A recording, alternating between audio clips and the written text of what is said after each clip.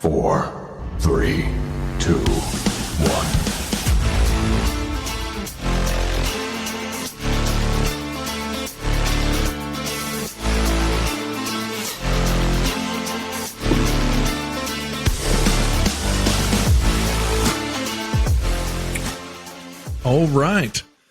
All right, gents. Man, this is well, first of all, You Get the Horn show, Super Bowl Countdown show. This one, we're just going to be very upfront. I'm just going to lay it out for people straight. There was a lot of hype. There was a lot of hype leading up to this episode. A whole lot of hype. We were very excited about this, not just because it's our Super Bowl Countdown show, but we're supposed to have a very special guest for our Super Bowl Countdown show. This, I mean, again, when you're looking for a guest on a Super Bowl Countdown show, it makes an awful lot of sense to be able to have a Super Bowl champion on, and we had that. College Football Hall of Famer, Super Bowl champion, Bryant McKinnie on the show tonight. You Get the Horns Super Bowl Countdown show. Unfortunately, just like prom night, he ain't showing up. There is not Bryant McKinnie's not going to apparently be on the show tonight. We're waiting to find out. Apparently something came up. We're waiting to see, so again, he could possibly drop in at some point, but at this point we don't know that to be the case. So we're just going to proceed with a McKinney-less Super Bowl show tonight. Yeah. And we're going to have some fun without him. We're going to give people a show. They're going to be happy that Bryant McKinnie wasn't a part of the show. You know what? Right. They're going to say... He would have detracted from the show. That's it. They would have said, if Bryant McKinnie had been on the show, it just wouldn't have been that good. Yeah, that's the kind of show we're going to give today. That's right. That's right. Yeah, we're coming in fired up. We're coming in fired up.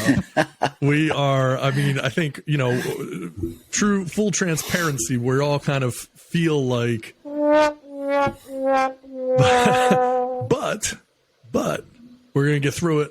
And we're going to turn that frown upside down, and we're going to have a good time tonight. We're going to have some fun. So this is going to be a good time talking about the Super Bowl.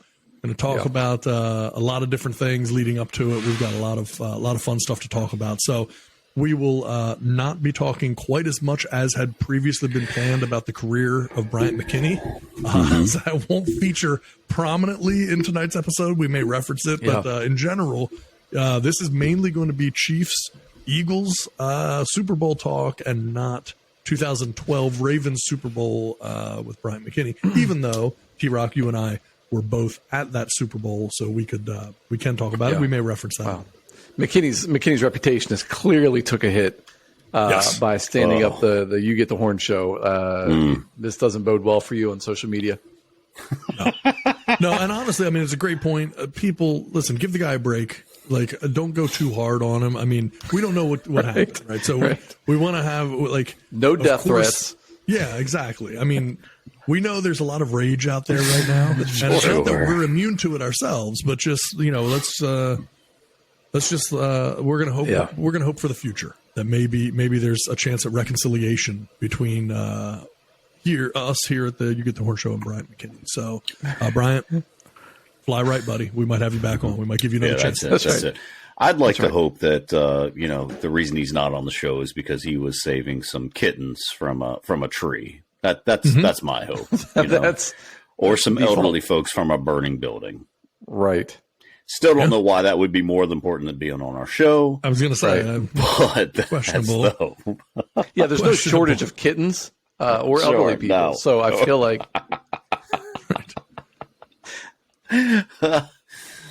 Brian. So here we are. So Super Bowl this weekend.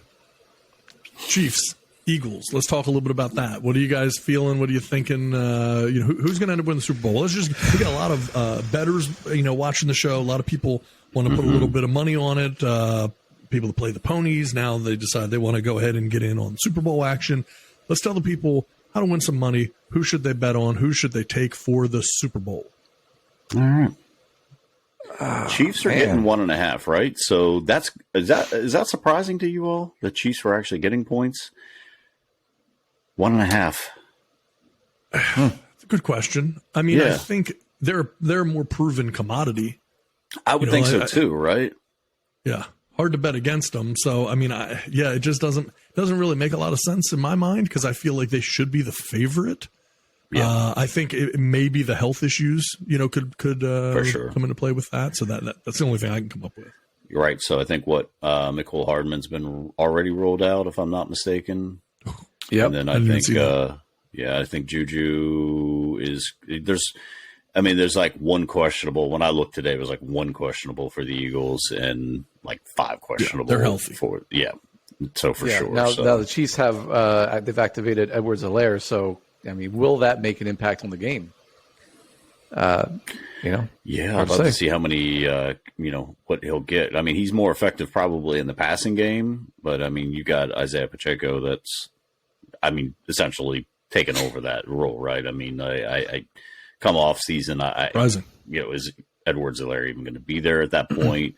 Is he going to be relegated to backup if he does come back next year? So, one thing I found very interesting was, the Eagles O-line is number 1 right now in the NFL, but the Chiefs are number 5. So 2 very good offensive lines. Yeah. The Eagles D is their pass D is, their D overall is just amazing, but their Eagles pass defense has only given up 1 300-yard passer this year, and that was actually Dak Prescott. So you figure that's more in division game. And they've held 14 of their 17 opponents under 221 yards passing. So it's kind of one of those things like, what do they call it? The immovable force meets the, whatever. So it's going to be an immovable object. Right. So, that's something has to give, you would assume, right? Because you don't really see at least the Chiefs' run game taking over that. You could, theoretically see the Eagles take over, but I don't see the Chiefs. Yeah. No, you're going to get a lot of screens and stuff like that. Their pass game's going to be their run game with that stuff. So, yeah. So, so it seems like you're saying it seems like the Eagles are built perfectly to win this thing. Man, to be able to stop a Mahomes. You would think, but then it's still Patrick Mahomes, right? So so you're going to have Mahomes, who's going to be playing in his 3rd Super Bowl already, right? It's in 5 years, 3rd Super Bowl. That just really goes unsaid. This is his 3rd Super Bowl in 5 years. This is Tom Brady level, right? We haven't seen this and since Brady. We haven't seen a player get to the Super Bowl this often, this quick, right? And this is going to be Hurts' first Super Bowl. So I as always, it comes down, I think, to quarterback play, but more so, I think this game is going to come down to how the quarterbacks play. So here's what I'm curious, and maybe you guys can jump in on this. If the Eagles get down, let's say they get down by 14, can Hurts throw them back into the game? I don't think at this stage in the game that we can bet against it with a healthy A.J. Brown. That's it. AJ is the difference maker there, right? Yeah, that's been such an impact for them. It just unlocks a whole other dimension of their offense. So, yeah, look, I don't think it's like it used to be, right? I think if they get down, they're not out, and I know that they have more of the ball control offense, but they can come back. But then even their run game, screen game will still get them huge chunks, right? So it's not like 14 down, they're going to not run the ball. So they're still going to be running the ball at that point. So, yeah, it's good. I'd be shocked if the Chiefs got up that quick, but, it's possible. Is the moment too big for anyone on the Eagles? Like, we know it's not going to be for the Chiefs, right? Like, at least we don't assume so. Like, a lot of those are, players that have been there. So it should be a good game. I think if you start walking through it too, let's start at the quarterback position. Who's the better quarterback, right? Look, they're both good quarterbacks, but you got to go Patrick Mahomes, right? Do you argue it though? Do you say like, okay, Mahomes with a high ankle sprain versus a healthy Hurts? But is Hurts still dealing with the shoulder sprain? We presume that's probably pretty well healthy. Everybody has a bounty on me. Everybody. Right. So, I mean, do we assume that Mahomes is automatically just going to be the better quarterback at this point? I mean, more experience, right? I mean, and overall, yes, the better quarterback. However, Hurts does way more with his legs than Mahomes could. I mean, Mahomes didn't aggravate. He didn't get worse with his injury. Like that game didn't, so I think coming out of that game with, without aggravating the injury, I thought was a huge win. Yeah, what did you say their offensive line was, Jeff? Did you say that for the Eagles? Eagles number one, according to research I did. Number one, and the Chiefs was number 5. And then the Eagles pass rush was number 1. They had 70 sacks on the year. The Chiefs were 2. So pretty even. However, the Chiefs had 15 less sacks than the Eagles did. So, and they were number 2. The Eagles pass rush is absolutely legit. I mean, that's going to be, they're going to make a big impact in this game. But if we go back, I think the coaching advantage is definitely with Kansas City. That was going to bring that up. Yep. Absolutely. 100%. Yeah. So, I mean, it is, in terms of the obvious things, quarterback, head coach, those are advantage Chiefs. When you get into individual position players, do the Chiefs have a receiver on the level of an A.J. Brown? No. Nope. But also the Eagles don't have a tight end on the level of Travis Kelce. Right. So, and that weapon, they can somewhat neutralize themselves out a little bit. I think the pass rush is going to be vitally important. And can't take away from the fact that we saw that Chiefs pass rush in their game against the Bengals came up big as difference makers, and you didn't anticipate that. No. So if you can have a Chris Jones, having that same type of a day again, I won't be totally surprised if the Chiefs pass rush isn't able to impact the game as well. Yeah, Hurts I think he was sacked 38 times this year, which was a jump. I mean, he was sacked 26 times last year. And so, twice a game. Pretty sure Joe Burrow was sacked 38 times in 3 games. So, it's not. I'm going to look that up. Right, not because I'm really curious about that. Yeah. But, man, I think you couldn't ask for a better matchup, right? 41 times? 41 times. So he was only sacked 3 times more than Hurts. Which is crazy because he literally started out the season. I mean that Bengals D really started playing, or offensive lines really started playing well at the middle of the year. They figured it out because he was on pace to get sacked 6 times a game through the first 3 games. It was insane. So, but I think this is a great matchup. I mean, you think okay, well the Chiefs just with experience probably, but the Eagles have just proved time and time again this year that they are just a well-coached, they just play really well. So, man, it's a toss-up for me. And obviously I think betting lines, with the Chiefs getting 1.5, tells all you need to know too that this should be an even game. Turnovers is going to be a huge thing. I don't think you can be in the negative in the turnover category and win this game at this point this year. This game. No, I think that's going to be huge. And, look, the other thing too is field goal kickers may really come into play. Points are going to be at a premium one way or another, right? It's either going to be, we would expect, either a very high scoring game, in which case whoever makes the first mistake, whoever misses that field goal or misses that extra point or whatever, that could be the difference in a game like this. Or it ends up being a much tighter, more defensive game than what we anticipate. Yeah. And even then, those points, are going to be at a premium. So I think whether it's a low scoring or high scoring game, I think it's going to be tight. I would expect that, right? The Chiefs have the ability to come out and just make it like a track meet. And so you never know what could happen.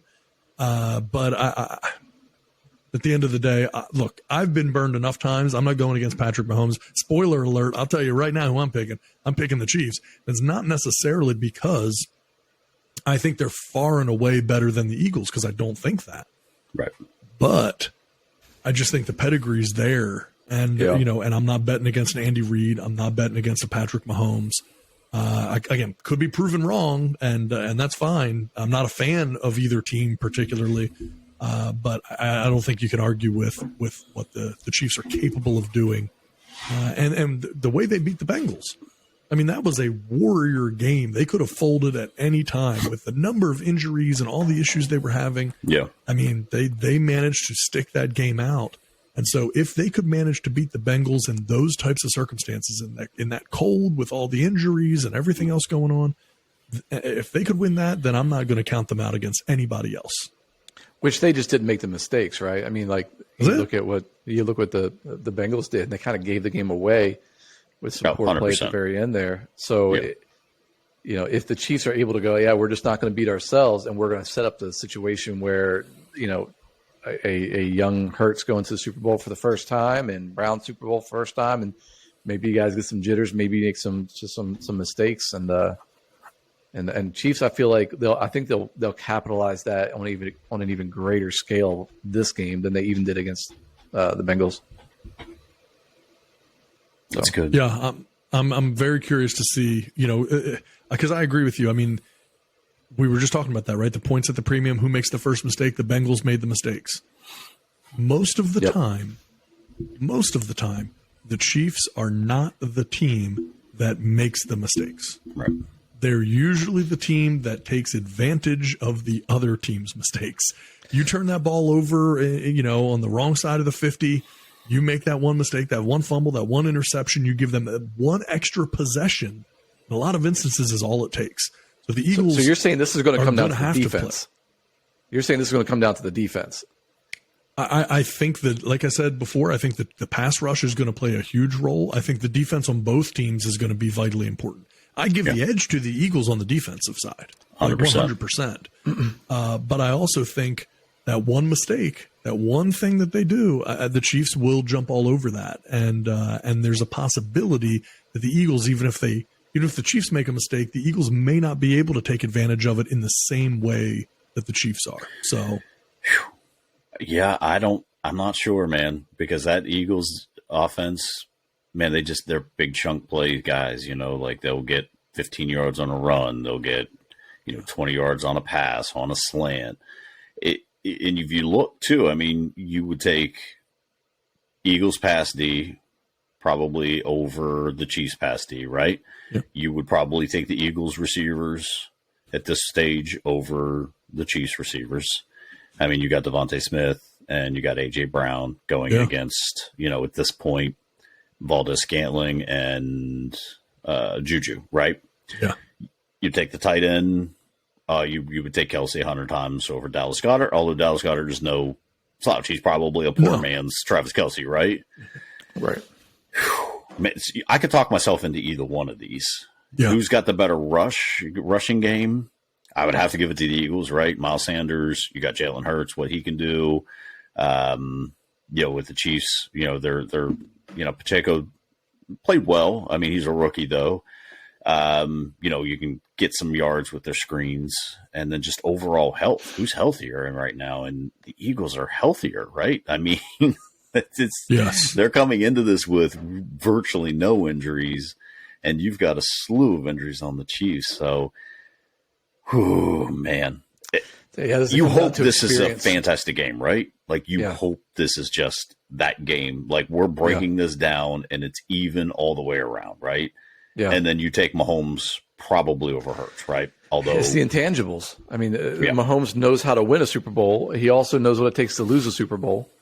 Yeah. Right. So he's been on both sides of this thing, and so can he?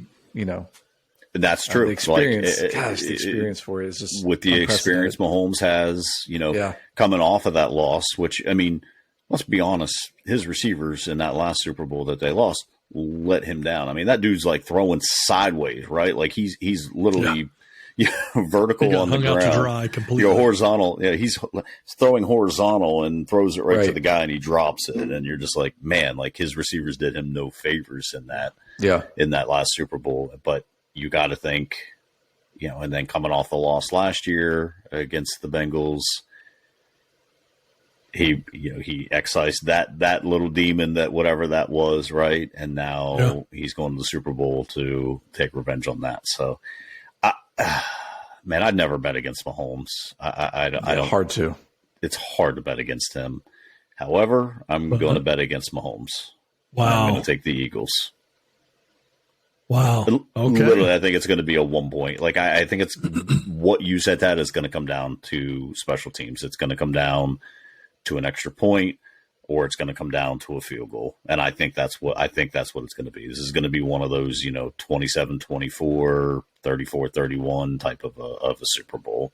That's well. Let me give you a little bit of info here, right? So I'm doing a little looking, and I want to share a couple things. The Chiefs were 7-1 at home and 7-2 on the road. The Eagles were 7-2 at home and 7-1 on the road.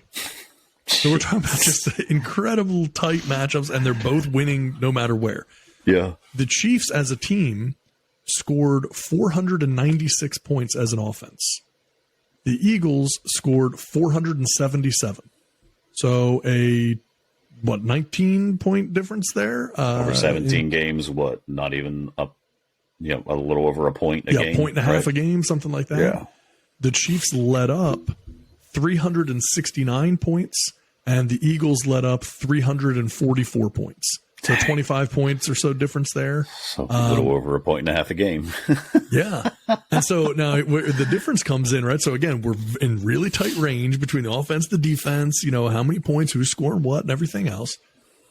And then you look at it and you go, okay, but the Chiefs, if you look at their schedule and you go back and you think who they were playing against, let's face it, right? They're playing against some tough teams.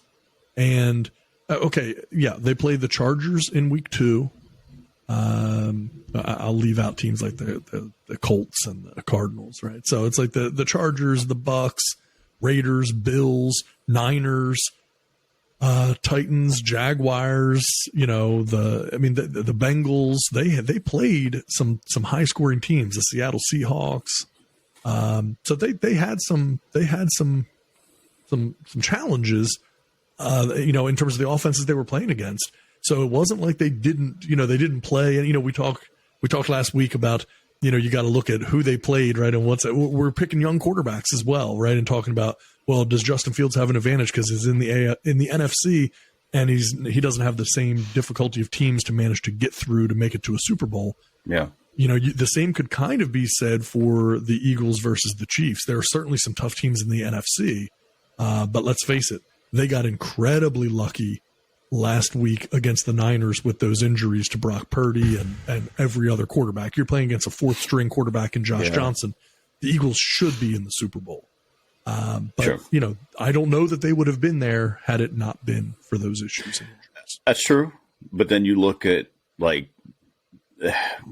it's tough because then you're like, all right, well, is it the resolve, as Tim said, the intangibles of the Chiefs, right?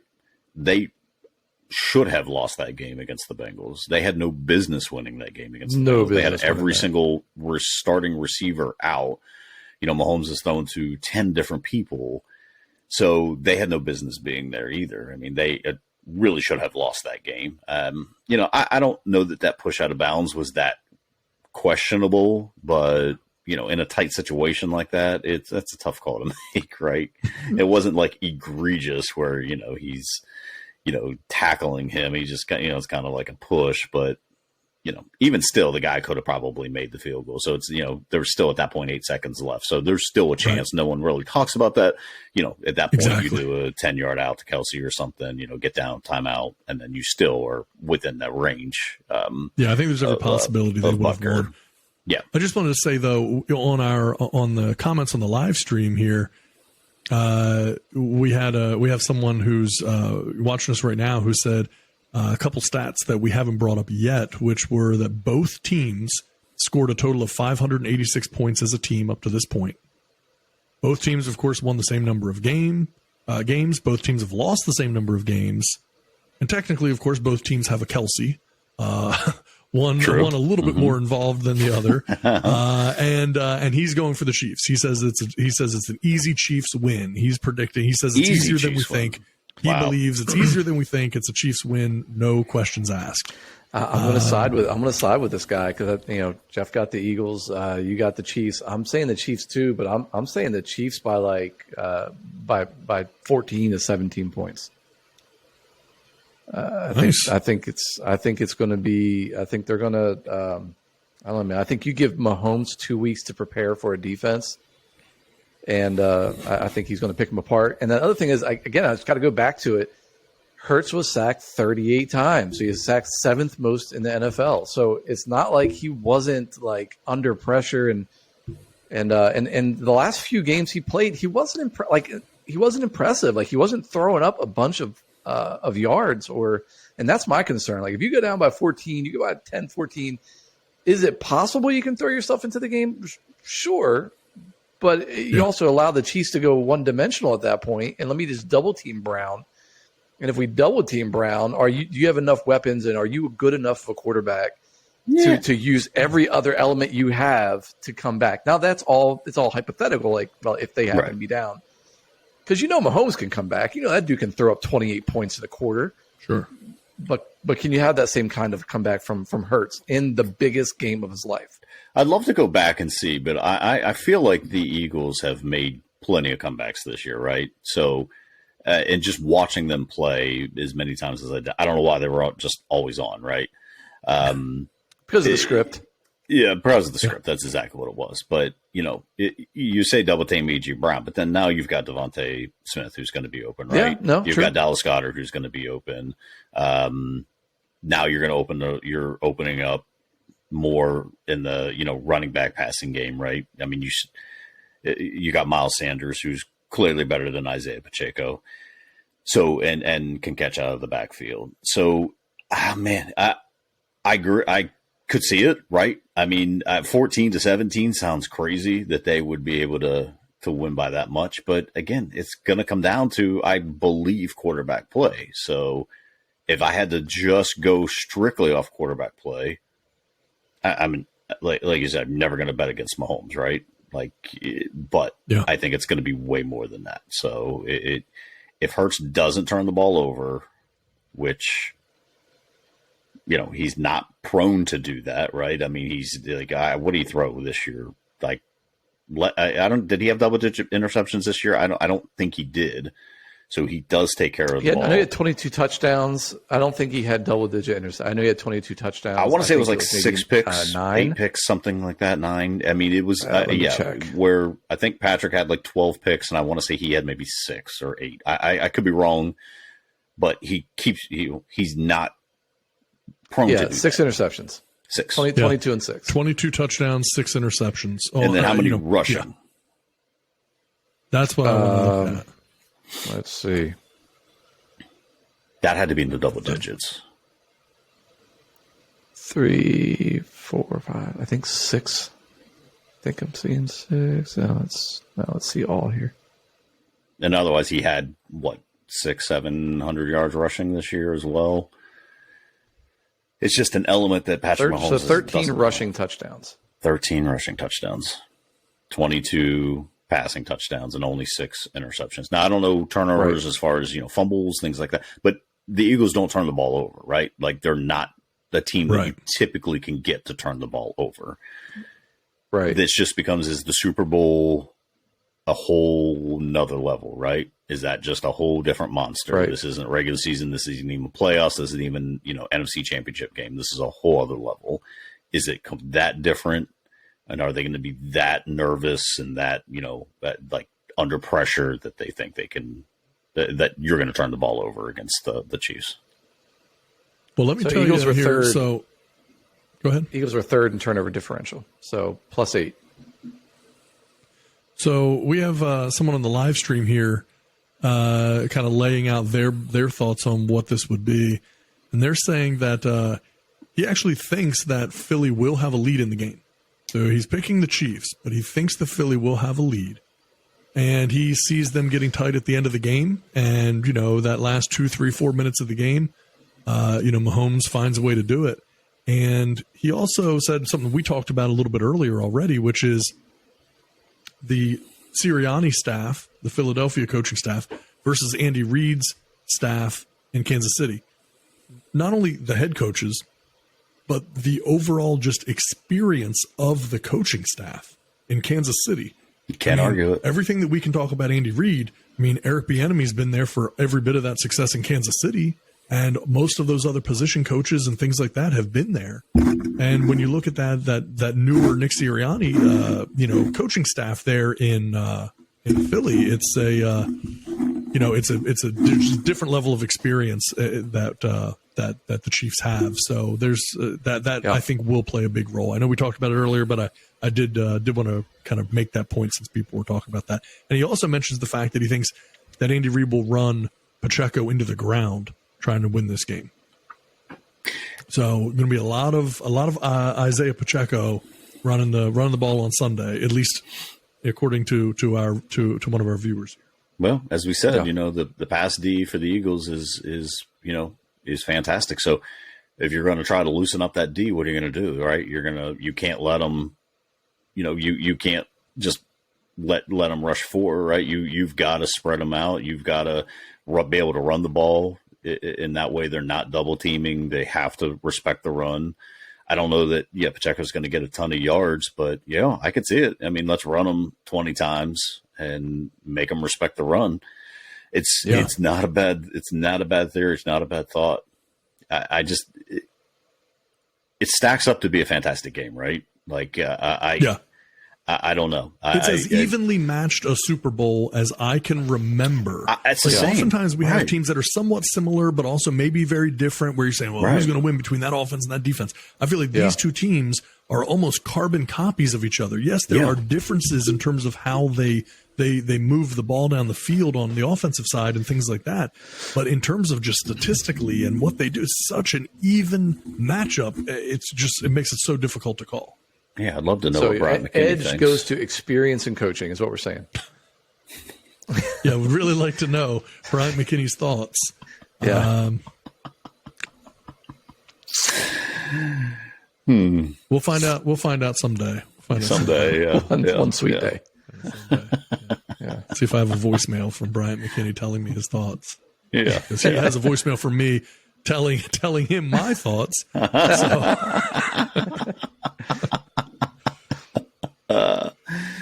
right. So this leads me to a question, though. All right. Yeah, go ahead. No. I was going to try to put a little bow on this. So you've got the Chiefs by what? I'm going to say Chiefs 28-24. All right, by 4. Tay-Rock, you got the Chiefs. Yeah, I'm going to say Chiefs 31-21. Okay, so we got them by 10. All right. I'm going to go Eagles.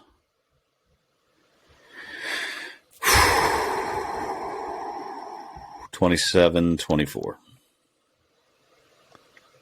Okay. It's going to be a last-second field goal that wins the game.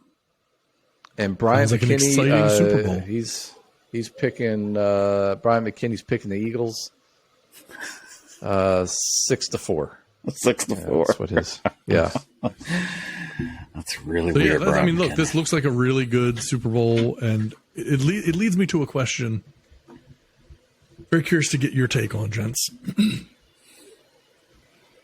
If you were starting a team right now, would you want Patrick Mahomes or Jalen Hurts as your quarterback if you were starting a team right now? As we sit here today, standing here right now, which quarterback would you want to start a team with? Okay. Now, do we have caveats with this? Go on. Are we talking about Mahomes right now with his contract, and we're talking about Hurts right now with his contract? Let's take contract out of it, but we are taking their age into it. We're taking their experience into it. You're starting a team. So I guess contract's not really in play. You're starting a team. You're going to draft one of these two guys basically onto your team, or you're going to sign them. But you've got Mahomes has a lot more wear and tear on him in an early career. Jalen Hurts has certainly come into his own. But what do who do you pick to start a team with right now? It's funny because the wear and tear argument, you think back to Jordan, you go, oh, he got a lot of wear and tear. It's because he's winning championships and going deep into the playoffs every time. So I'll take the wear and tear of winning any day. So I don't know. Mahomes is a generational talent where I think you could look at a Hurts and go, there are a few players that you could say are very similar. But I don't know that you could say anybody's similar to Mahomes. So, I mean, you could say, well, there's people that are excelling to maybe that level, or hope. You look at your Burrows, whatever, go, hey, he could maybe get there, but he hasn't gotten there. And so I think if you compare the two, you got to go Mahomes. I just don't see how I could pick Hurts. Yeah, could you make an argument? Could you make an argument for Hurts over Mahomes? Like, I think you could make an argument with him if it was strictly based on contracts, right? Like if you're talking about contract now versus his. Outside of that, I don't know. Like, I mean, maybe overall athleticism. Younger? Sure. Like I said, I mean, you built the team around him, right? So you built the team around having a strong run game, and everything, having a great offensive line that can run block well. Yeah, I mean, you take Mahomes. I'm not even sure Eagles fans necessarily would pick if they had a choice between, hey, we'll take Patrick Mahomes or Jalen Hurts. Like I'm going to guess if contract isn't an issue, I would say Mahomes. Now, I'd love to make a case. So, Tad, why don't you make a case for Hurts for us? Well, look, I think the case for Hurts is definitively in the type of offense a team wants to run, right? And we can migrate some of this into Lamar Jackson, and a comparison there, right? Where there's in a certain that Hurts has a dimension to his game that Mahomes does not really have. Not that he can't run the ball when needed, but that's just not a real dimension of his game as a quarterback. And so, with what Hurts is able to do from that perspective, I think that certain teams would value that. I think that's your biggest one. I think you have a guy who knows how to win games. And I will say this as well. We don't yet know where Jalen Hurts' ceiling is. He's still improving significantly. I think we have a pretty good feel. We have a good feel for where Mahomes' ceiling is, and it's here. I mean, which is insanely phenomenal and one of the greatest that we've ever seen. But Hurts is very early on, and I don't think we know. So I do think there's that element of you're buying low with a Jalen Hurts in terms of the span of his career, not contractually, but just like you're investing in a guy who's still very much developing. And I think that would be it. So you know what he has now. If you could support him properly, put the right tools around him, and know that he has only room to grow, and not only that he has room to grow and develop, but that he's actually been growing and developing. And that's an important aspect of this, right? We see players all the time that we feel like, oh, they've got a lot of room for improvement, but it doesn't matter how much room they have if they don't actually improve. He has taken those steps and made those improvements and really come into his own. And so I think looking at that, and even as good as he is and what he's done, he still only threw 22 touchdowns this season. And so you go, okay, well, what's he going to be able to do as he continues to develop? He's only going to continue to improve. So I think it's not a strong argument because I would go Mahomes, but I do think that's a big part of the argument. You have a guy who doesn't turn the ball over, who allows you to have a ball control offense. He has the ability to make the throws, and he's continuing to improve, and we don't know how much better he's going to get from here. So and he's only thrown he's thrown 19 interceptions in 3 years. So I mean, that's impressive for Hurts. Yeah. I mean, then they don't ask him to do much. Now, this is what we talked about, right? Yeah. Like, you built a team around Tua, you built a team around Hurts, and you said, okay, show us that you're the franchise. That's right. At this point, I think Hurts has probably, solidified that, right? I mean, with all that said, again, you're going to take Mahomes, I think. Yeah. I have a short-term memory here, short-term memory loss, but I don't think we talked about this last show, and we were talking about getting to it, but I don't think we actually ever did. Is Patrick Mahomes a Hall of Famer as of right now today? Yes, you're right. We did not get to that. It was on our list to talk about last week. Very, very good question. So is we Patrick texted Mahomes about this already a Hall of Famer? Like that's essentially the question, right? It's just right now, if he were to hang him up right now,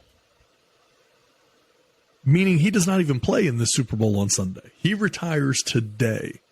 Is Patrick Mahomes already a Hall of Famer? Now, let me throw some stuff at for you. you. Okay, go ahead. Yep. Go ahead. Yeah. All right, you may be looking at the same thing. Most wins is what we're talking about through your first 75 games. Most wins through the first 75 games, Patrick Mahomes. Most passing yards through the first 75 games, Patrick Mahomes. Most touchdowns through the first 75 games, Patrick Mahomes. Highest passer rating through 75 games, Patrick Mahomes. So, I mean, you're on lists with people like Aaron Rodgers and Brett Favre and Dan Marino and Ben Roethlisberger. No, he's not in any of those. Roger Staubach. Not relevant. He's literally not in any of those. Well, I'm looking at top 5. He's not in any of those for top 5. Top 6. For the first 75 games. Yeah. But yeah, I mean, if you just he has other stats. But the point is that, yeah, I mean, like if you look at those stats now again, but is 75 games of a career, and I know that he's played more than that now, but in general, is that a Hall of Fame career, right? So, even Barry Sanders, who a lot of people say, oh man, he hung it up too early. I mean, he still played 150 games or something like that. I don't have it in front of me, but I mean, so it is 5 seasons of football like we've never seen a quarterback play for the first 5 seasons of their career. Is 5 seasons of that type of high-level play enough to put you in the Super Bowl?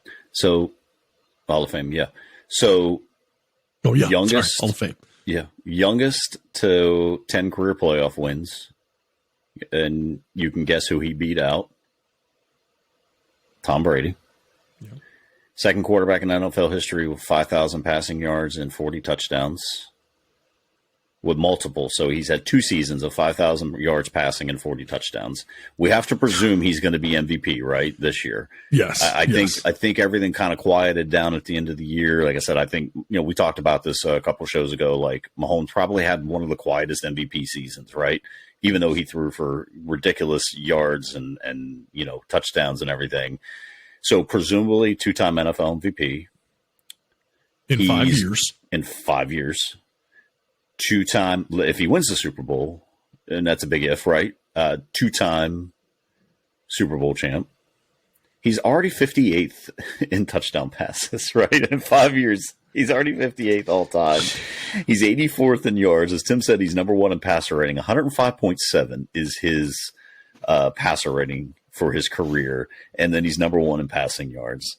Now, is 5 years enough to say a Hall of Fame? Boy, if he wins his second MVP and he gets 2 Super Bowl wins, I think we talked about this. The only 2-time Super Bowl champ not in the NFL or not in the Hall of Fame was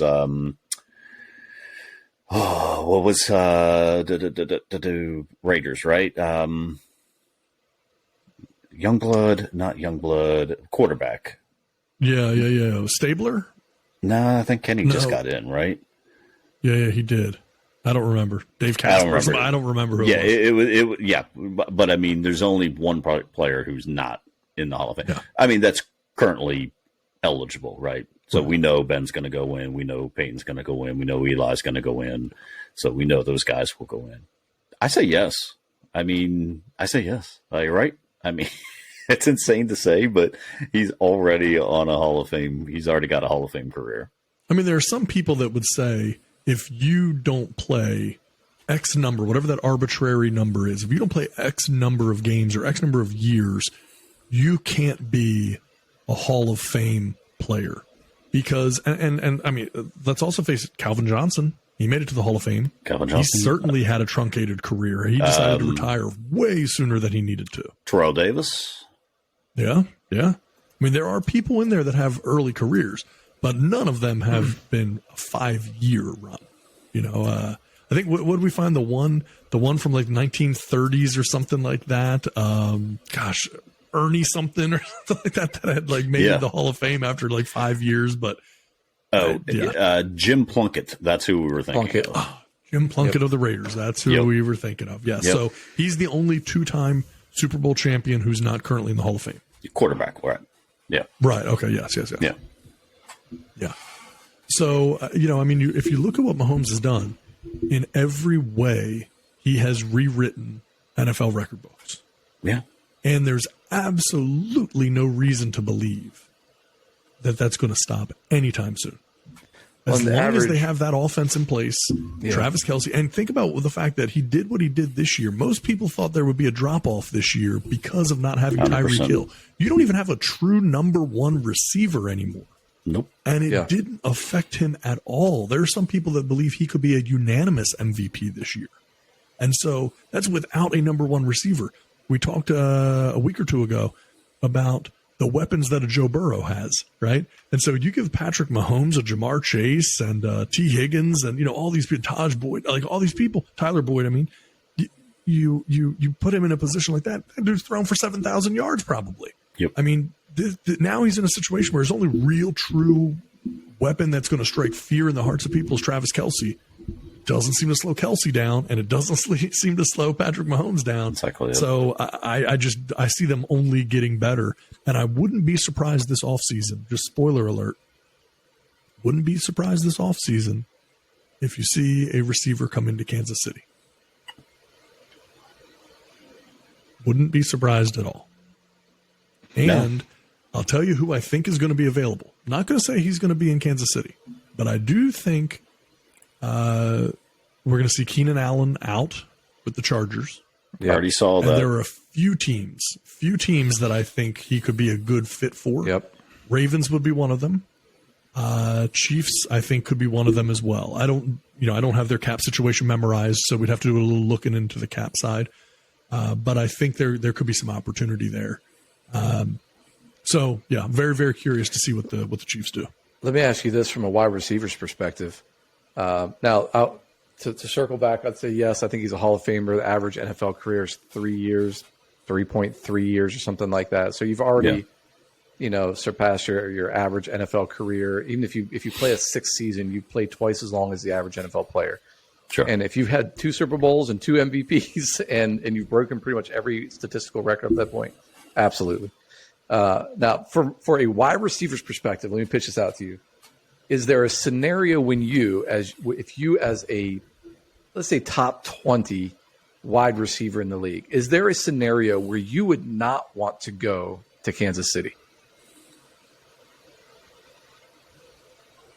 I can't imagine what that scenario would be, other than the fact I just don't want to live in Kansas City for whatever reason. Sure. I mean, outside of that, why would I not want possibly the best quarterback in history?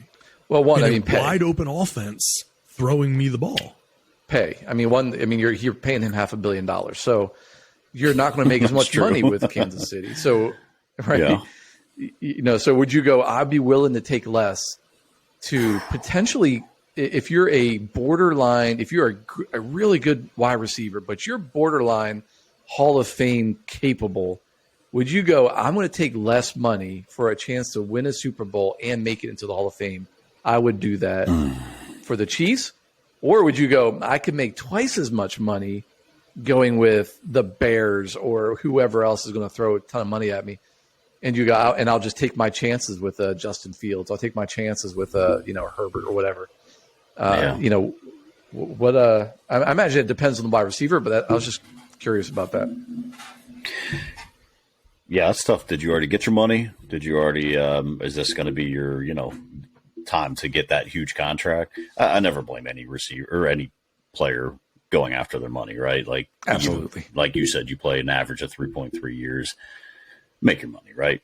But man, like someone like a Keenan Allen who's already been through that, has gotten his contract. Like, is he now? Okay, let me now cement a legacy. Let me go and try and become, because I would put Keenan Allen, if healthy, in that borderline Hall of Fame conversation, right? Yeah. Yeah, agreed. So do I now go and try and cement that Hall of Fame legacy? Yeah, I would think so. But yeah, I could see, if you're up for, a huge contract, I don't know any, receivers nowadays are, like they were like the old running backs. Like you just didn't, they never got away from the team, right? And it happens, but most of the time you're going to try to lock up your receivers, especially. But it happens. Tyreek Hill left this year for money. There's an example. Yeah. So there's someone who said, "Hey, I can make more money in Miami, or I can go out on my own and create my own legacy without him." And that could be something too, right? Tyreek was more of like, let me show you what I can do without Patrick Mahomes. Yeah. But, man, if I was a receiver, I wouldn't want to play with Patrick Money Mahomes. makes the world go round, right? I mean, we see it, and fans of teams always want to think like, oh, well, this guy, hopefully he's going to take a hometown discount to stay with the team. They don't do that. They don't do that. Well, they're already talking about Joe Burrow doing that, right? Like, that's the whole talking in Cincinnati, is that he's going to be another Tom Brady who takes less. And I'm like, why? There's nothing about that dude. There's nothing about that dude that says you're going to take less money. No, it's wishful thinking. And look, and that's, again, not a knock on him, right? We don't criticize players for wanting to take money. It's their job, right? So you should get paid well to do your job. But the reality is, the question, if I understood it as you framed it, Tim, was, if you are a receiver, would you take less money than you could earn otherwise to play with Patrick Mahomes in Kansas City? Yeah. And then if that's the question, you're not taking half as much, right? Maybe if it's, you might take a small discount in order to be able to make it happen, but you're certainly not going to take a huge hit on your income. We've just never, ever seen that happen before, where a player says, yeah, absolutely, pay me half as much because I just want to win, right? It's like, that's ideal, but it's always wishful thinking. It never ends up happening. And one thing too, just so you guys know, and of course there's lots of things still to change, but the Kansas City Chiefs coming into next season right now are number 14 in the salary cap. So they're dead middle of the league as it pertains to their salary cap situation. They are $11 million under the cap currently. So it feels like you could put any wide receiver on that team and Mahomes. Well, and that's what they did, right? That's what they did this year. They brought Juju in on the 1 year prove it deal. I think they paid him $9 million, something like that. Same with Valdez-Scantling. Like, they're bringing all these guys in on these 1-2 year deals, and they're just throwing guys around. Just rotating them around them. So yeah, he is that kind of guy. Here's another question. Is it Patrick Mahomes or is it Andy Reid? Right? So we had this whole, is it Tom Brady? Is it Bill Belichick? Is it going to get down to, at some point in his career, the same way? I don't know if Andy's going to be around that long. I mean, if Andy wins another Super Bowl, I don't know. Is he a lifer, right? Is he going to be around another 10 years of Patrick's career? But does it get to a point where it's like, all right, well, let me now go out and show that it's not Andy, that it is me. So, because you think, you would say like, oh, if he played for the what if the Commanders had drafted him, right? But we've seen many a quarterback come through there and flame out. How would they have done? Is it just Patrick is that special, or how much does Andy Reid play a factor into that? So, yeah. Where do you think, guys? Here's a question for you. Where do you think that Andy Reid fits in the hierarchy of NFL coaches today? We'll talk about all time in a minute. Today, where does Andy Reid rank among NFL coaches, current coaches today? I mean, could you put him any lower than 2? I mean, he's got to be 1, right? We're talking about current NFL coaches. But you're saying Bill Belichick's not number 1?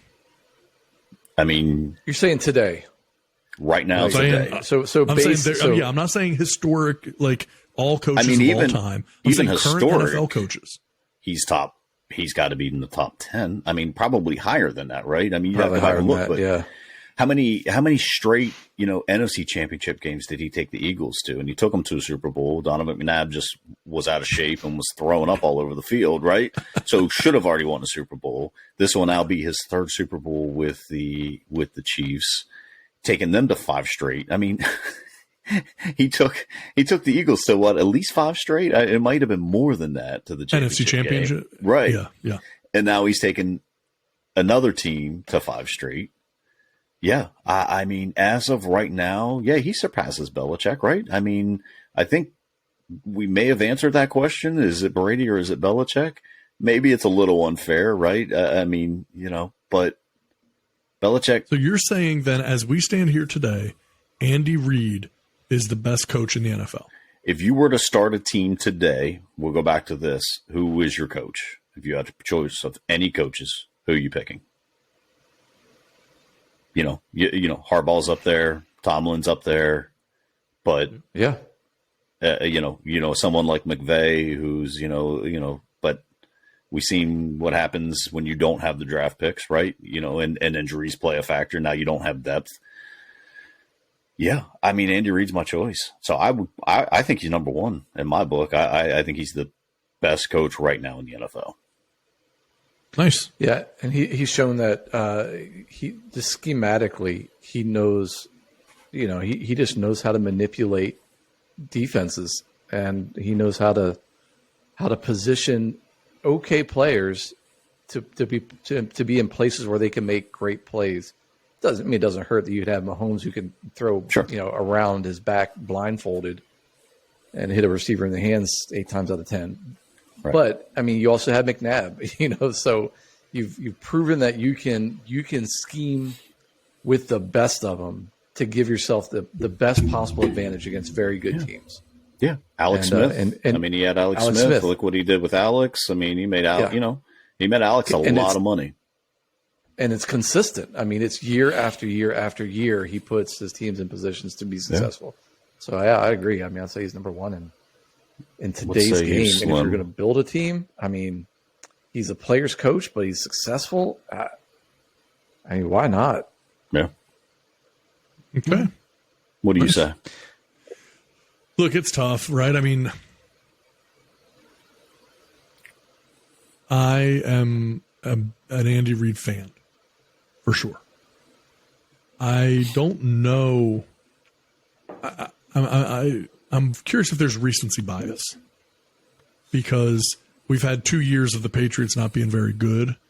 And again, though, Mac Jones is no Patrick Mahomes. So, it's difficult because I think that, like Brady, I don't feel like Brady's the best quarterback to ever play in the NFL. He's the winningest quarterback. He's the best winner. But in terms of sheer talent, I think there are many, many players ahead of him. I mean, I could run through a number of them, So I don't think he's the most, I'd take Peyton Manning over Tom Brady. I think Aaron Rodgers, there's a strong argument to be made that Aaron Rodgers is a more talented quarterback than Tom Brady. And you could go through a number. So for me, it's kind of, it's a little bit nuanced, because I feel like, Andy Reid is incredibly good, and I'm a big fan of his. I think the Belichick thing right now is, a few years ago, we're saying essentially somehow he's dropped off. And if I think the argument for him dropping off is also that he hasn't had a quarterback, then I think that makes it pretty challenging. I don't know if they didn't have Mahomes. I don't think if Mac Jones was the Kansas City Chiefs quarterback, I'm not sure that the Chiefs are in the Super Bowl right now either. Well, could so if we look at just the historical side of it, what was Belichick before Brady? With the Browns, it's the Browns. It's the factory of sadness. But he's only had success with Brady. Where if you look at Andy Reid, you're like, well, you've had success with 3-4 quarterbacks that, and a couple of them arguably you would say weren't very good, maybe talented less than Mac Jones, and somehow you've still propelled them to great. And with Belichick, I think we talked about this a few weeks ago. when Brady won his championships, he never had anything less than a top 10 defense. Yeah. And so he had a heck of a lot of help. So he could be just an okay quarterback, but Brady was great. Come on. He made great plays. Sure. The dude, he was clutch. He showed up. He didn't make mistakes. He was a great quarterback. And arguably the greatest of all time. It's hard to debate that. However, if you're talking about coaches, Belichick hasn't had success outside of Brady. Andy Reid has outside of Mahomes. He had that good year with Castle, when, 11-5. Matt Castle. Went 11-5. I mean, Didn't make the playoffs, but it went 11-5. That was just and that's an anomaly there. But all right, so it's really hard, right? And I think recency bias does come into a little bit, right? But Andy Reid's been coaching 24 years, so I just had to look this up. 386, 247. I'm sorry, 386 and 386 coach, right? 247 and 138 with one tie, 641 win percentage. Playoffs, he's 37 playoff games, 21 and 16. Belichick, 28 years, 298 wins, a 662 win percentage. So you got a 641 and a 662. However, the playoffs, he's 31 and 13 in the playoffs, a 70% win percentage in the playoffs. Bill Belichick. Again, now we can go back and take Brady out of that, and how many is what's that record like, and but that's tough. Yeah, I mean, I guess you would look at age maybe. Reid is 64 and Belichick 70.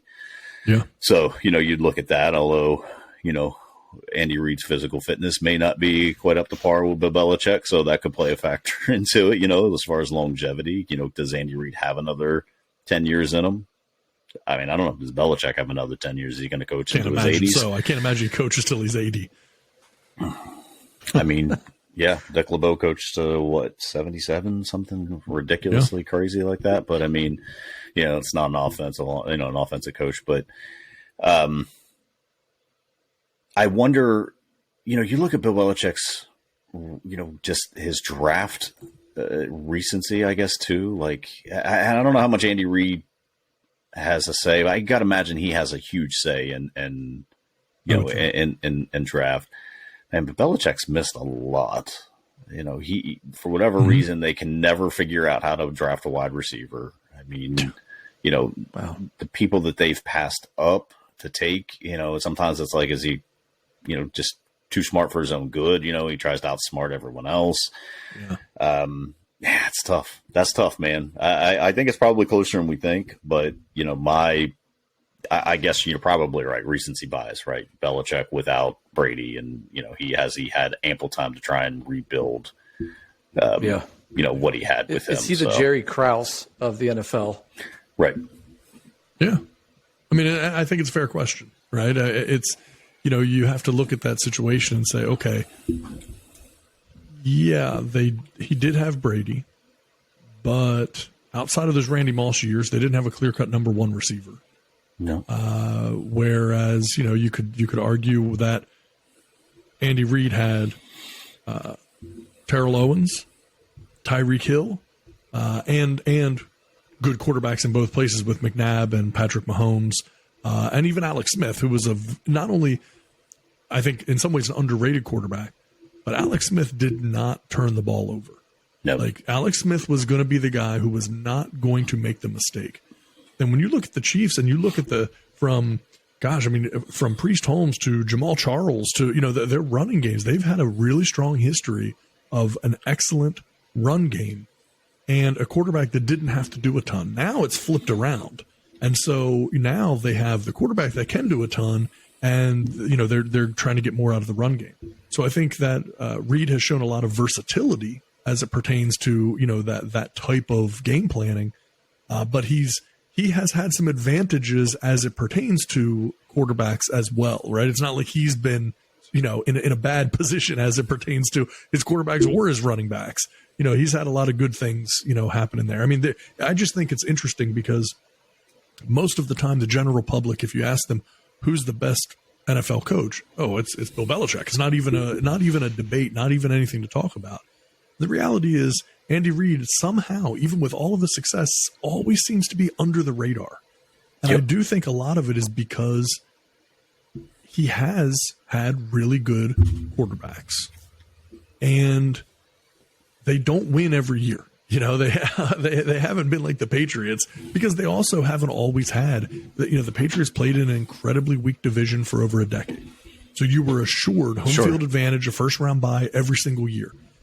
I don't care what team in the NFL, if you look at all those any teams that made the playoffs over that period of time, no matter what seed, take any one of them and give them a first round bye and home field advantage throughout the playoffs. Yeah. It is a massive, massive advantage for it.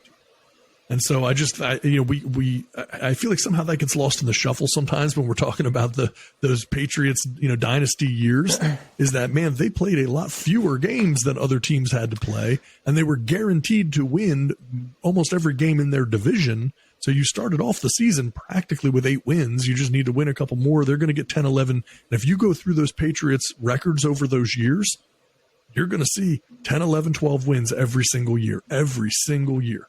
Yep. And it's helped by the fact that they played in an incredibly, incredibly weak division. Absolutely.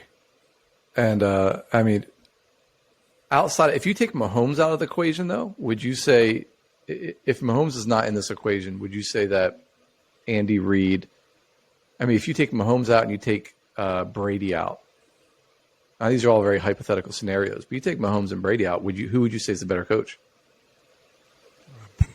I don't even know how you'd guess on what the success would be between those teams in that situation. Well, because outside if you're looking at just the talent Mahomes around those players, then I think you'd have to say the Chiefs have probably had more talent around Mahomes. But that ebbs and flows because you had the Randy Moss years in New England, and you certainly had some things with Edelman and Welker. It's not like they didn't have anybody. But they also did win the Super Bowl that year, right? Even with those Randy Moss years, that was the what was it? The helmet catch. Yeah, the 17 and dope. Yeah, which is the argument. Argument's like, oh well, Belichick's only great because of Brady, and you go, well, you could make an argument for that now because without Brady, he was not great with the Browns, but he hasn't been great since Brady. If you go, he was. Yeah. He was good with the Browns. The Browns just did not give him a chance to build that team either. Because things were turning around very quickly with the Browns for sure. Yeah, but I think they usually just turn right back around to badness. Exactly. Yeah, they turn right back around the other way. Exactly. It's a 360. But I think that's what Taz is kind of talking about there too, right? He brings up the recency bias. Like, all right, in 3 years without Brady, you've missed the playoffs twice. You made the playoffs as a wild card, lost in the first round. So, yeah, it does. But, he's also working with a rookie quarterback.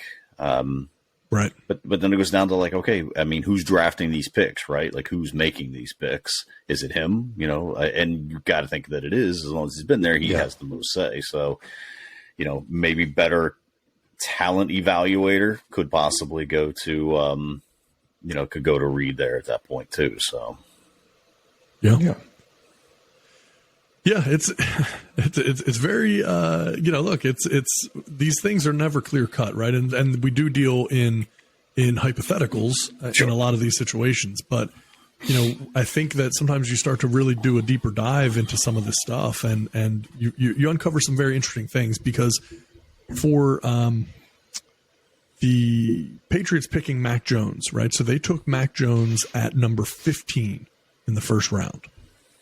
And I have no idea if they would have had any opportunity to trade up or anything. We'd had to have some look about that. But ultimately, you're scrolling down. There was no other quarterback that they were going to take very high in that draft at all.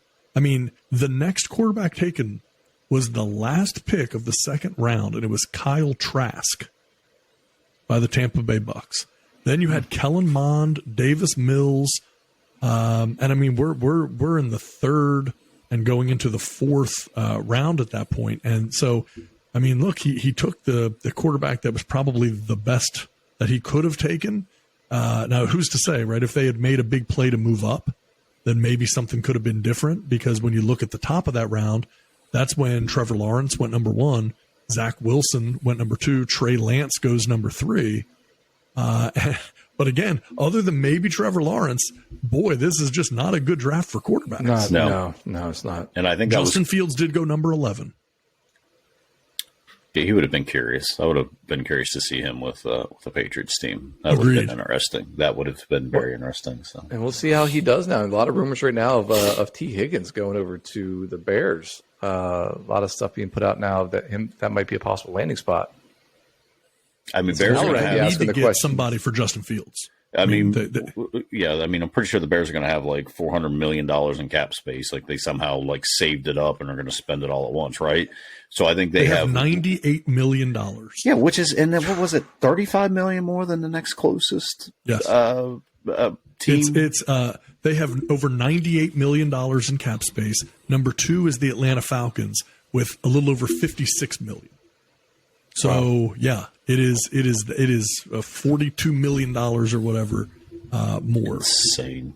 So yeah, hopefully they'll be throwing a lot around him at that point. Yeah. So they need to. And look, one last thing here, because I know we'll start to wrap up the show here, but one last thing. When we look at the top 10 teams for cap space, I'm going to throw these names out to you. Tell me if anyone stands out to you, if anyone really jumps out to you as a team when you hear this, that you go, whoa, okay, that's interesting that they have that much, that kind of money, that they're in good cap position. Chicago Bears, Atlanta Falcons, New York Giants, New England Patriots, Houston Texans, Cincinnati Bengals, Seattle Seahawks, Baltimore Ravens, Las Vegas Raiders, Detroit Lions. Those are your top 10 teams for cap space in the NFL. Anyone there jump out at you guys as either as a surprise or as a team that could really be on the move with that kind of cap space? I mean, you gotta think the Lions, right? At that point, I mean, what they did this year with what they had, and now team players are going to want to go there and play for Dan Campbell. I mean, that's huge. The Bengals are on there, but you got to think like they're going to use this cap space up on Burrow. That's going to go really quick. Yeah. Yeah. So that's going to go down pretty quick. And then the Ravens, like that's kind of surprising, right? You're going to have, still got to sign Lamar if we're going to do it. Still got to sign him. Right. Yeah. Yeah. So a lot of rumors around that still. I mean, some saying that we offered him a, 133 mil guaranteed. Some are saying, well, no, we offered him 200 million guaranteed. So I'm curious as to what those real numbers are. And if you're Lamar, do you turn down 200 million guaranteed? If 230 is the standard, is that what Watson's was? 230? Yeah, 250. Yeah, was it 250 guaranteed? I think it was 250 guaranteed. Yeah. I think, but I could be wrong on that. But I think it was 230 because I think Russell had 250. Right? No, I think it's backwards. Yeah, I think Russell is like 189 that can go to 230. But then I'm pretty sure Deshaun's is like 250 or 254 guaranteed. Yeah, fully. But I'm pretty sure every NFL team wants to make that contract an anomaly, right? Like they don't want to even discuss that. Like, nah, this is just the Browns. We're not doing this, right? It does look like it's 230 for Deshaun. Yeah. 230 guaranteed. Okay. 230 guaranteed. Yeah. He had a $45 million signing bonus. Yeah, so we have a lot of cap space primarily because we're saving it for Lamar. But if he's going to go through the roof going like, I want, 250 million guaranteed, I don't know that we're making that move. It sounds like, again, it's all rumor mill stuff, but it sounds like we've already been fielding some trade calls. So it'll be interesting to see if any of this stuff flushes out. Yeah, I heard franchise was probably on the table, but...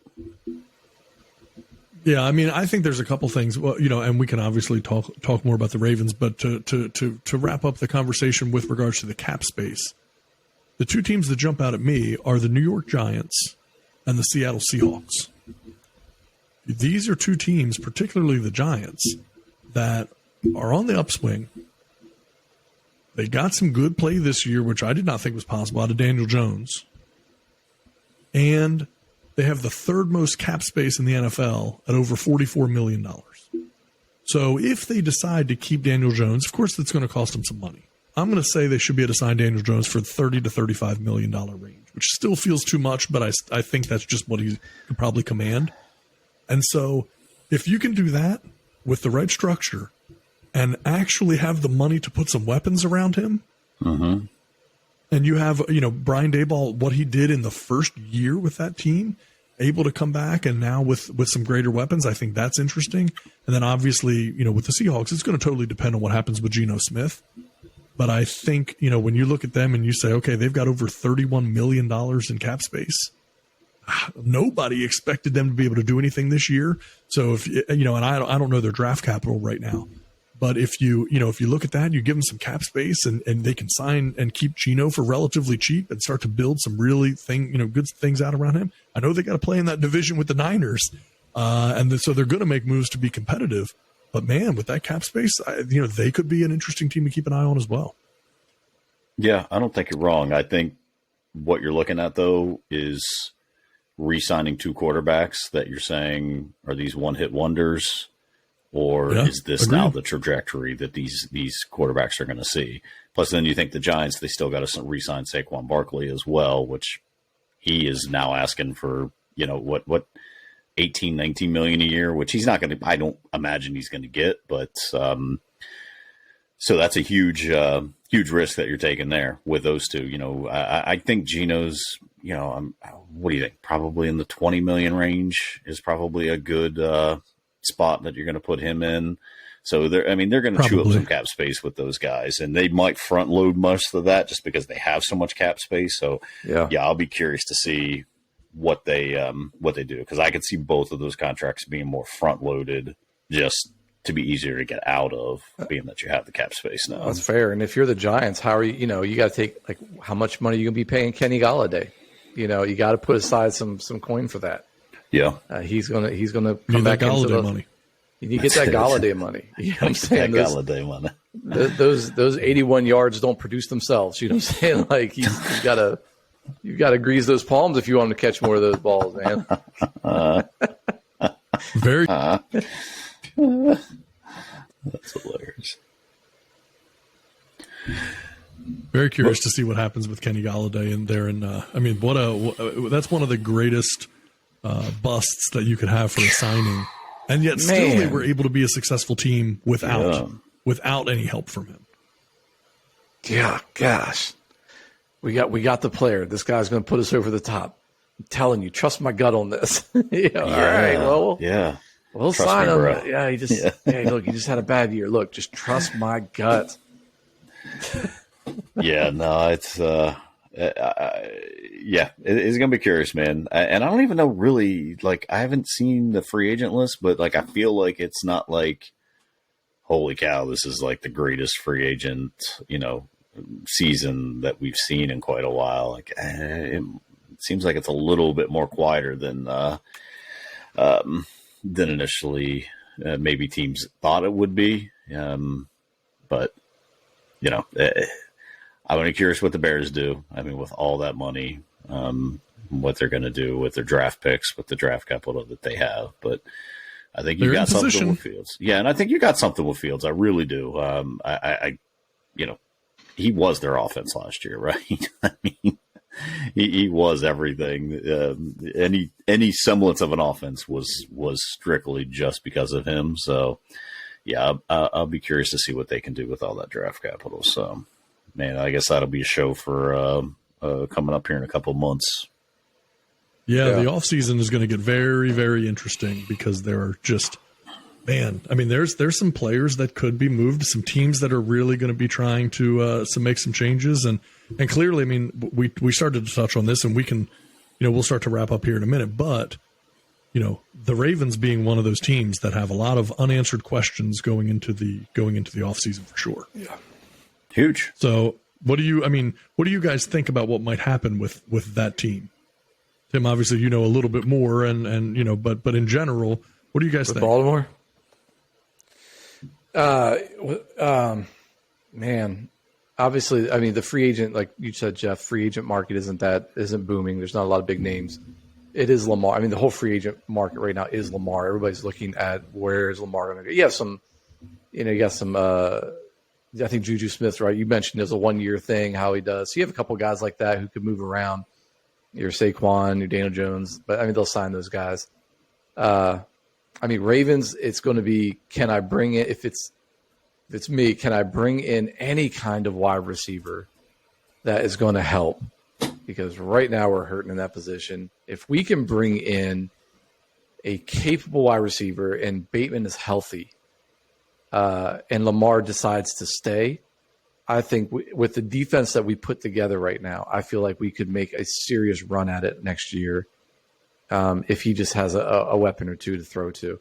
Now, he's still going to have to throw. I mean, his accuracy is decreased. He doesn't look as sharp on some of those touch passes that we had seen in the first couple of years when he was chucking for 36 touchdowns. It seemed like, man, he just had a great touch on his throws. That wasn't there this year. He missed some wide open receivers. Yeah. Some throws you feel like you should be able to drop in there as NFL QB. So am I mad if he gets traded? I'm not mad. I think we'll get a haul for him. But I think we could potentially be a team that people have written off next year, but could make some noise if Roquan continues to be. I mean, a full year with the Ravens if he's healthy. Gosh, because now you're looking at every level. They talked about it last night on the Baltimore Bullies, 30 for 30, how we had just talent at every level of the defense. We had leadership at every level, and we had Hall of Fame talent at every level. I think our defense alone next year could be something special. Agreed. And I think there's going to be a lot of, next season's going to be interesting because of the play of young quarterbacks. I mean, really, we talked about it on the show recently, but, when you're looking at the Tuas and the Trevor Lawrences and the Justin Fields and Justin Herbert and Kenny Pickett and then your guys a little bit, older, like a Lamar and now Jalen Hurts is in the Super Bowl, and you just have the young crop of quarterbacks. Man, it's impressive what they're able to do, and teams are handing the reins over to them very early. It's not like it used to be where you wanted a quarterback, you draft him, you're going to leave him there for 2 or 3 years. Right now, teams understand the opportunity to win is that window of time when you are not paying your quarterback. So you play him right away and stack a team around him, and you've got a 5-year window automatically to potentially be able to make the Super Bowl, and teams sell out in order to be able to accomplish that. And then after you have to sign him, it starts to get a lot more difficult. The Bengals have definitely done that with Burrow. Now they're going to have to sign him. The Bills went through that with Josh Allen, and they got him signed, but they still haven't made that Super Bowl. Right. And it's only going to get harder from here. And so, and even with what the Chiefs did with Mahomes, that's a 10-year deal. So as time goes on, it should actually start to get more and more team friendly. So it's a risk to the team up front, but it can get more team friendly over time, which I think makes a huge difference as well. So looking at Pro Football Focus, so they've got their top 100 free agents. Of course, Lamar's number one. So they project 5-year, $260, $208 million total guaranteed, which puts him at $52 million per year. Whew. That's tough. And then Geno's right there at number 2, 4 years, $150, $112.5 million guaranteed, $37.5 million per year. Wow. That seems like a lot, but I mean, he is the single season passing leader in Seahawks history, so why not, right? You can't let that guy get away. But I mean, if you're signing him to that deal, like you're probably, and this shakes up then the draft, right? Because you're signing him to $37.5 million a year, you're giving him $112 million guaranteed. That's not a stopgap, right? He's not coming in. He's your man now, right? He's not coming in so you can draft, one of the 4 receivers or 4 quarterbacks that you're going to have access to with Denver's pick. You're not going to be looking there. So you're going to be looking to now build around Geno Smith, which, I mean, if he's not a one-hit wonder, that's a good signing. It's a good deal, right? So now you can get him in at $30-some million a year, and now you can build around. Now you can draft, defensive lineman, another receiver, you build up that offensive line and you can start really building around him and really create something there if you think he is the person. So it's a risk, but I mean, you're signing him to $110 million guarantee. He's not going to be a 1-year stopgap. So I'll be curious to see how that one plays out. And then of course, you got Josh Jacobs, who didn't get his 50-year option picked up. Where's he going to go? I mean, you got to think, unless the Raiders are going to come at him with something, he's going to look to sign elsewhere. So, all he did was lead the league in rushing. So, the offseason is going to be pretty interesting. So, agreed.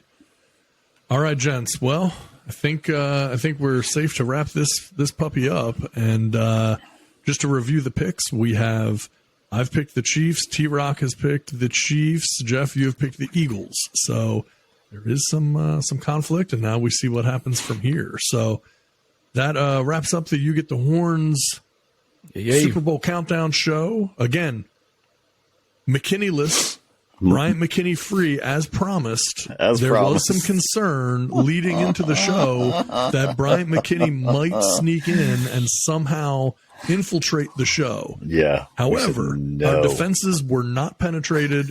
Bryant McKinnie has been kept at bay, and we all live to fight another week. So there we go. Yeah. So had a great time, guys, and from here on, we look at this upcoming Super Bowl. We see what happens with that, and I think it's going to be a good time. And we'll talk next week and talk a little bit about what we saw. All right, man. All right. All right, gents. We'll talk soon. See you Later.